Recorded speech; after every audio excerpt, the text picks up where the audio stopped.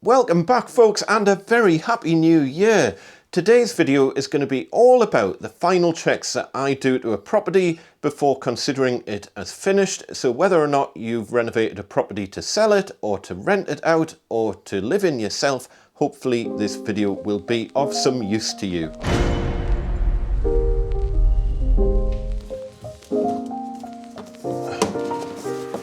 So folks, as we approach that very exciting stage of a renovation where it's almost finished, like we are so close to being done, but there are a few final little jobs that we need to get done. Oh my word, day 141 I believe it is.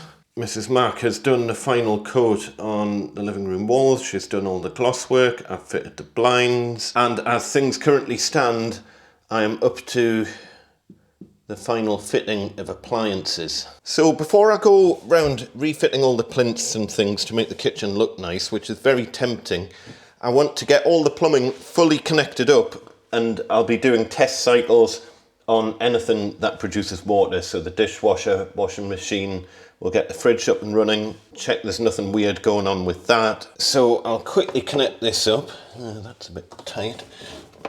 That's not going to go.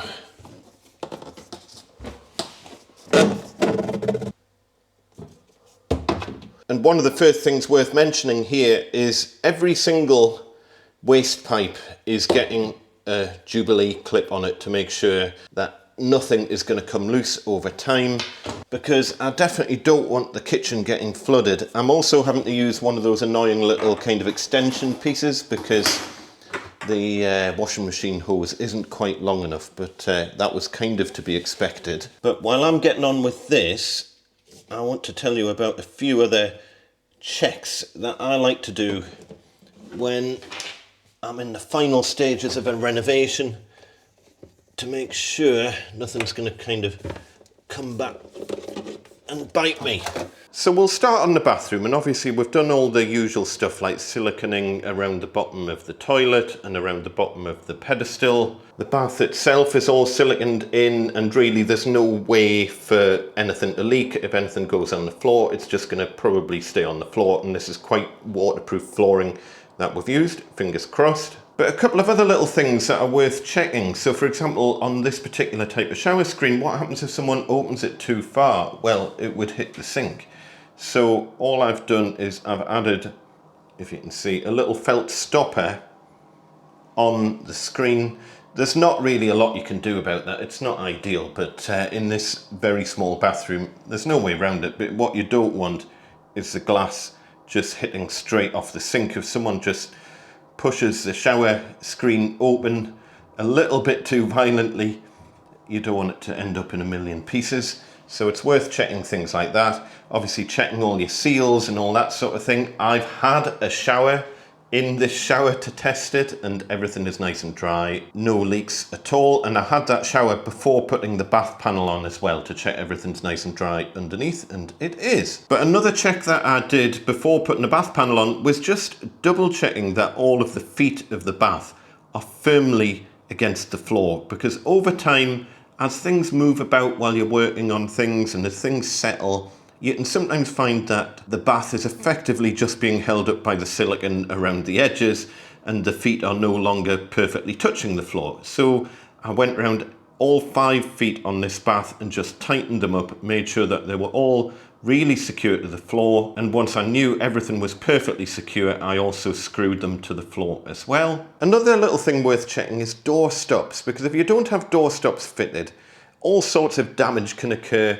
For example, you might end up with the handle of a door going through a plasterboard wall. So I've gone around every single room, just double check what happens if you open the door to the fullest extent. One that I haven't checked yet is this one. It's actually hitting off the curtain pole, which probably isn't too much of a problem. The gap's too big to fit a doorstop at the bottom there, unless I put one in the middle of the floor, which I don't particularly want. And as long as the door's hitting off the curtain pole, that's not going to cause too much of a problem. But talking of which, a little bit of snagging there. Obviously, we've had the door shut and the paint's still been very slightly wet, and it's pulled the paint away at the top. So a little snagging repair there that will carry out before handing the property over. Again, bathroom door, we've got a door stop down the bottom there, and that is in perfect location, that we're not hitting the radiator or the towel rail that is above it. I do still have a mirror to fit in here. I don't actually have a door stop in this bedroom. Now I am tempted to do just a floor level one down the bottom there, just because, I mean, the likelihood is there'll be a bed here, so the door will hit the bed before the door opens fully. But on the off chance it's not, if someone opens this door too wide, they could rive the door off its hinges, which obviously we don't want. So I probably will pop a door stop in the floor somewhere down there. And again, this cupboard door, I suspect it's going to hit off the curtain pole, which it does, which is fine. Again, living room door, door stop behind there, everything's good. Floor level door stop in the other living room door, and again, that's put in a position so you can get the door open as wide as possible, but not so wide that it's trying to damage the hinges. Again, front door is a little bit tricky. When this opens fully, the door hits off the top of the frame there. There's very little we can do about that. I could put maybe a stopper on there, but it's going to look probably more ugly than the damage that you would get from very occasionally opening the door too wide. And the main thing is that there's nothing happening that's going to actually cause the door to be pulled off its hinges. And on this door into the third bedroom, again, door stop behind there, all good. Another little job that I need to do is sealing around all of the kind of perimeter trims. So the trims that are in front of doors, this is siliconed in place, so can't really go anywhere. But we do technically have a gap at the back there that things could drop down. So I'm just going to do a clear bead of silicone along there. I've also siliconed around the bottom of all of the units with clear silicone. You can barely see it, but again, think about what's going to be expensive to repair in the kitchen. If a lot of water gets spilled on the floor and it gets soaked up into the bottom of the end panels, even though I did seal the bottom of the end panels, but even so, if water sits under there, it could cause the end panel to swell. And while we're on the subject of kitchens, it's worth checking before you put all the plinths back on that all of your feet are still sitting securely on the floor, because again, over time, as things move about, your legs can kind of adjust themselves, you know. So just double check that they're all tight to the floor and nothing. See, that one was barely touching the floor. Look.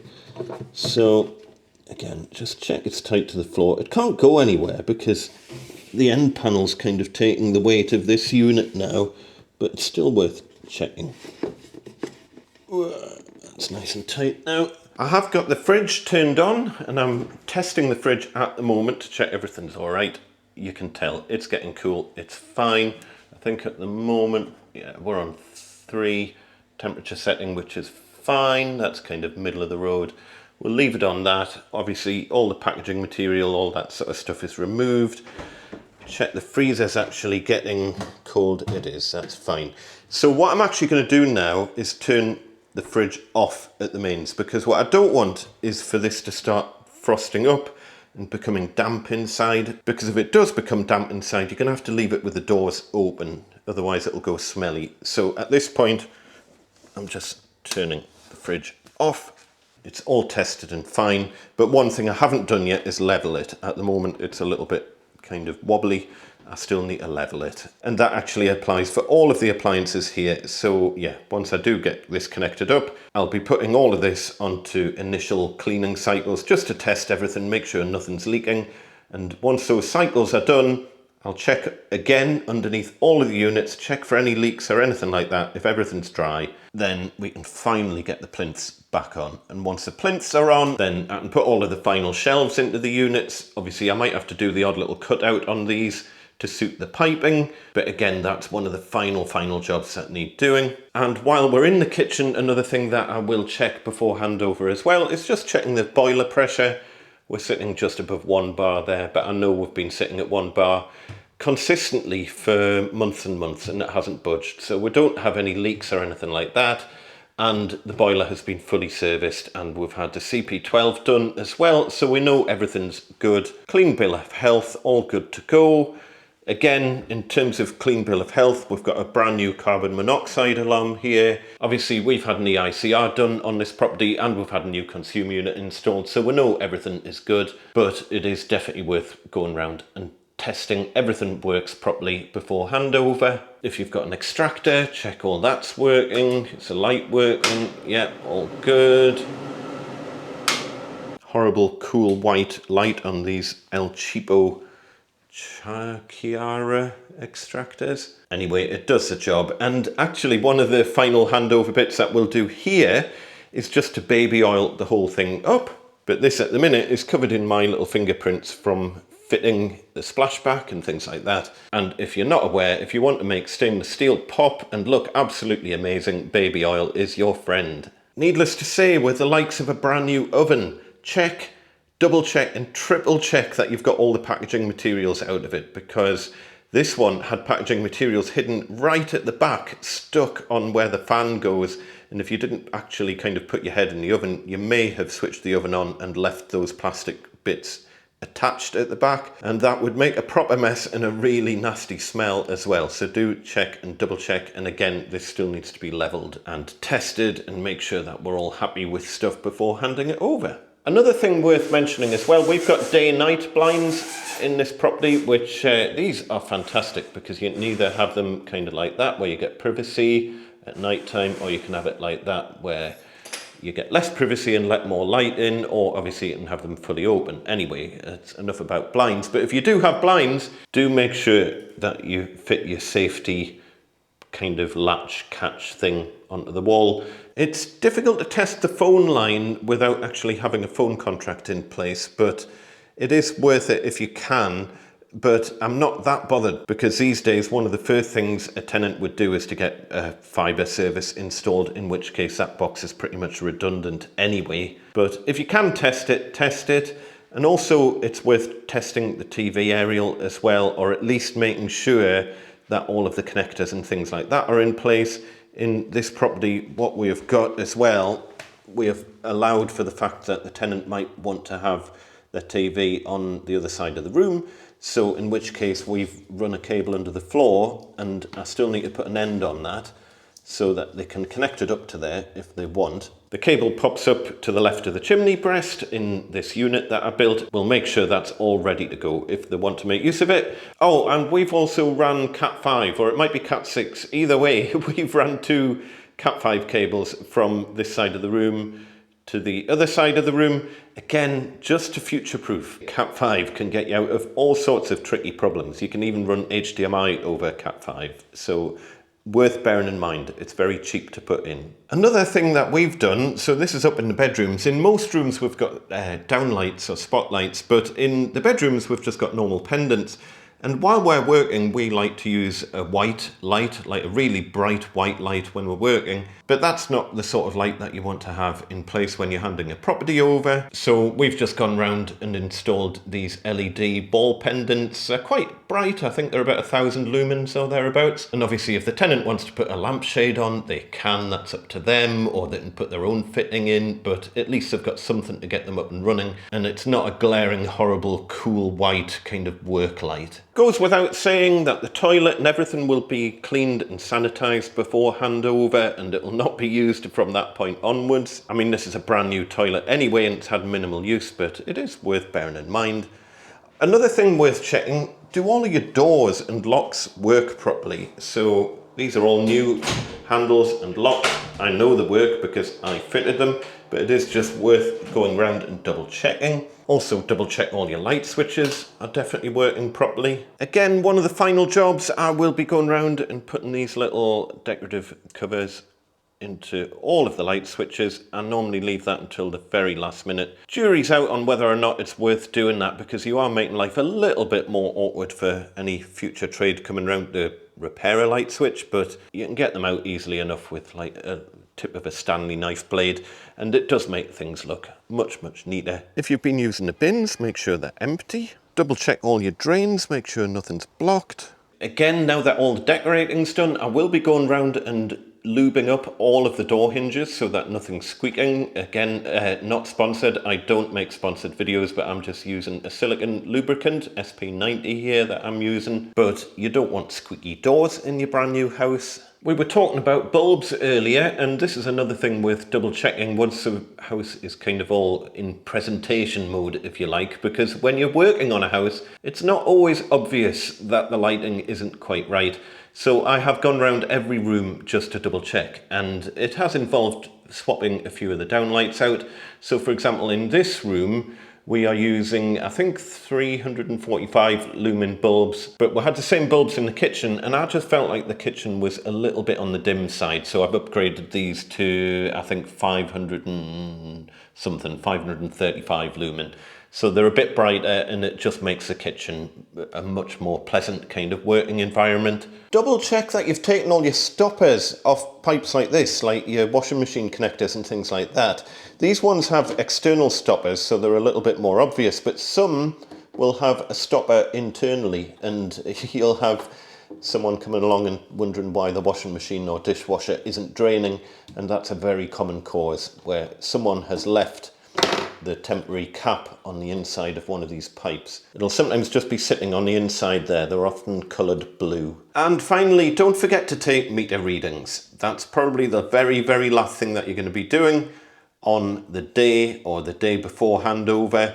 You want to make sure you've got a gas meter reading, an electric reading, and if you've got a water meter reading as well. Now, needless to say, I am just completely brushing over the whole shower debacle that we had. I would encourage you to check out Plumber Part's comment on that video. Head over to Jimmy's channel, because he has put more effort into the whole plumbing community side of things on YouTube, probably than anyone else on the internet that I'm aware of. And talking about the community side of things, if you are already part of my newsletter or on the member zone, you'll already know all about this. So if you're not signed up to the free newsletter, why aren't you? Link in the description. But anyway, 2026 for me is going to be the year of the community on Gosforth Handyman. 2026 is going to be the 10th anniversary of this channel, and I figured it would be really nice to give something back. And as such, I have launched the Gosforth Handyman Discord server. It's a free community discussion forum, and I'd love to see as many tradespeople on there as possible. So if you're a tradesperson and maybe you've got like a spare 10-15 minutes every now and then when you've got nothing better to do, or you know, you've been busy doom scrolling all day and you want something productive to do, get yourself onto my Discord and help a few people out with the problems that they're having. It would be fantastic to have you over there. And obviously, if you are experiencing some DIY or property maintenance problems or construction problems that you need a little bit of extra help with, get yourself on there. There's a link in the description down below. It would be wonderful to have you on board. It is a completely public, free server for everyone to use. And so far, even though it's only just launched, some of the discussions over there have been absolutely fantastic. As I say, link down in the description. And separate to all of that, if you do want to see the full reveal of the renovation that you've just seen me in, the entire project is now on the member zone. There's over 35 hours of footage, all the way from picking the keys up through to the final reveal. So if you want to see all of that, head over to the member zone. Again, link in the description to that. I'm hoping it'll be really useful for anyone thinking of taking on a renovation like that, because I go into far more detail over on the member zone than what I can go into on YouTube, and it's a much more realistic kind of view of how things work in the real world. Anyway, we'll leave it there for now. Have a fantastic 2026. Look after one another, be nice to each other. We shall see you next time. Tatty bye.